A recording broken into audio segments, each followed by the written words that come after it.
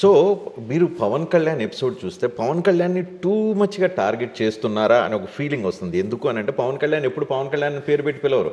దత్తపుత్రుడు అని ఒక ట్యాగ్ లైన్ పెట్టేసి అది బ్రాండ్ చేసి పెట్టేస్తారు. సెకండ్, పవన్ కళ్యాణ్ వ్యక్తిగత జీవితం మీద పదే పదే ఎందుకు పోక్ చేస్తూ ఉంటారు మీరు? Any specific reason? నేను దత్తపుత్రు నేను మీరు ఈ టాపిక్ ఎత్తినారు కాబట్టి నేను చెప్తున్నా. పవన్ కళ్యాణ్ అనే వ్యక్తి గురించి నేను చాలా తక్కువ మాట్లాడతాను. ఇన్ఫ్యాక్ట్ నా స్పీచ్ మొత్తము it is directed towards only Chandrababu Naidu, hardly towards Pavan Kalyan. But at the same time Pavan Kalyan are దత్తపుత్రుడు, they are together and they are partners. Chandrababu Naidu 2014లో మేనిఫెస్టో ఇచ్చేటప్పుడు ఆ మేనిఫెస్టోలో కూడా పవన్ కళ్యాణ్ ఇస్ భాగస్వామ్యుడు. చంద్రబాబు నాయుడు పరిపాలనంతాలో కూడా పవన్ కళ్యాణ్ భాగస్వామి, దత్తపుత్రుడు ఇస్ భాగస్వామ్యుడు. సో చంద్రబాబు నాయుడు చేసిన ప్రతి పాపంలోనూ దత్తపుత్రుని కూడా వాటా ఉంది. సో ఏ రకంగా దత్తపుత్రుడు ఎగ్జామ్ట్ అవుతాడు? నెంబర్ 1. నెంబర్ 2, ఒకటి చెప్తున్నాను.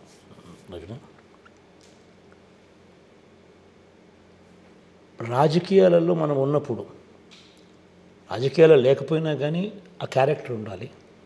బట్ రాజకీయాల్లో ఉన్నప్పుడు ఇట్ ఈస్ విజిబుల్ కాబట్టి ఇంకా ఎక్కువ మైండ్ఫుల్గా ఉండాలి.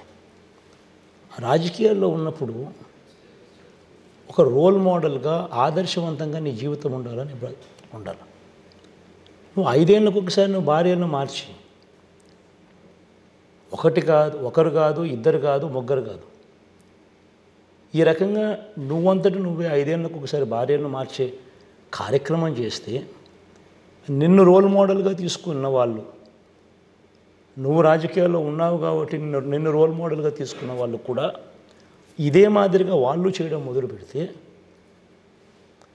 ఒకసారి జరిగితే పొరపాటు, రెండోసారి జరిగితే గ్రహపాటు, కానీ అది 3, 4 అయిందని అంటే అది అలవాటు. ఇది అలవాటైతే అలవాటుగా చేస్తూ ఉంటే ఇది తప్పు అని చెప్పి ఎవరైనా ఏలెత్తి చూపిస్తే, అవునయ్యా నువ్వు తప్పు చేస్తూ ఉన్నారు, ప్రజా జీవితంలో ఇలా చేయడం ధర్మం కాదు, నిన్ను రోల్ మోడల్గా తీసుకుంటే ఆడవాళ్ళ జీవితాలు ఏమవుతాయి, అక్క చెల్లెమ్మల జీవితాలు ఏమవుతాయి అన్నది జెన్యున్ పాయింట్ అయితే, వాస్తవమైన పాయింట్ అయితే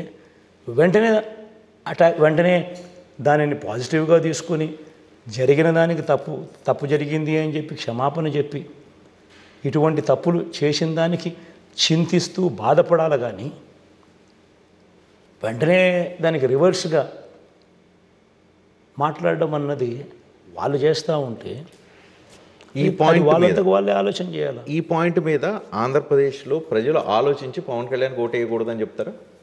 డెఫినెట్గా స్పెసిఫిక్ ఈ పాయింట్ డెఫినెట్గా చెప్తా. దత్తపుత్రుడు అనే వ్యక్తిని, సోకాల్డ్ పవన్ కళ్యాణ్ అనే వ్యక్తికి ఓటు వేసే ముందు ప్రతి అక్క ప్రతి చెల్లెమ్మ ఆలోచన చేయాలి. ఈయన మనస్తత్వం ఈ మాదిరిగా ఉంటే ఇలాంటి వ్యక్తి ఎమ్మెల్యేగా న్యాయం చేయగలుగుతాడా? Everybody should think. రాజకీయాలలో ఒక విలువలు ఉండాలి. విలువలు లేని రాజకీయ నాయకుడు ఎవరైనా ఉంటే రాజకీయ వ్యవస్థ కొలాప్స్ అయిపోతుంది. It's exactly what this man is doing.